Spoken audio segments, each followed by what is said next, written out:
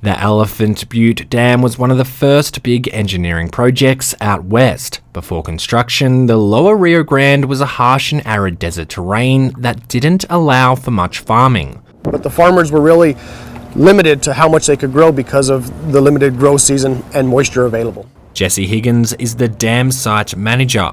The construction of the 306-foot tall Elephant Butte Dam turned the severe desert lands south of it into the most fruitful agricultural region in New Mexico. When the government came in and said, we'll build this dam, that area they gave to the people. They said, as much land as you can clear. There's stories of families that had 6 or 7 boys in their family.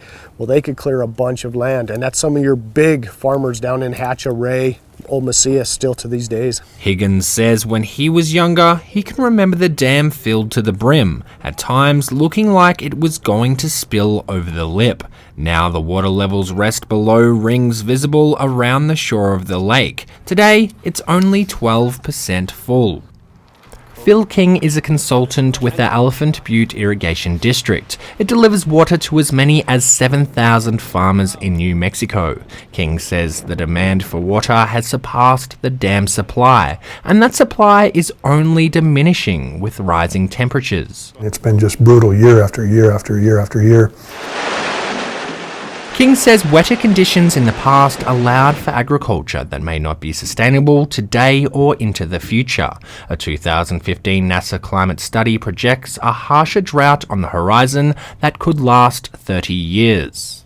We developed an appetite for water during the 80s and 90s, which was this ridiculously wet period. So we've got, all this acreage of pecans and alfalfa, which consumes a lot of water. It depletes a lot of water from the local hydrologic system. King says growing municipalities and industrial development in the Lower Rio Grande Valley poses a challenge to the sustainability of farming in the region. They're going to have to go somewhere for their water, and presumably that would be into the valley, where right now the surface water is used for agriculture.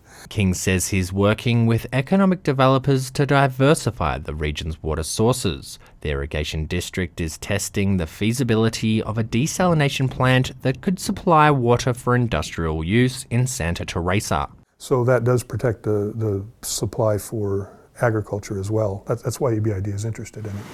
While that research, development and construction is likely to take more than 10 years, King says industrial users and municipalities are already tapping groundwater farmers use to irrigate when surface water allocations are lower.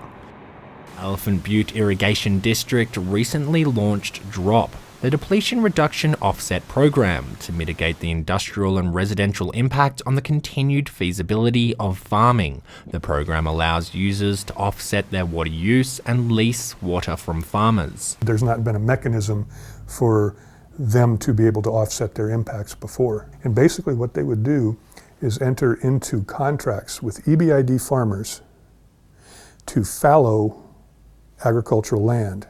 King says these go some way to mitigate the ongoing challenge of demand far exceeding water supplies in the southwest.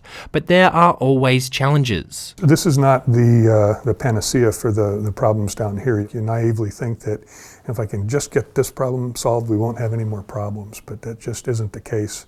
It's like every year springs a new crop. Every year springs new problems. For KRWG, I'm Simon Thompson.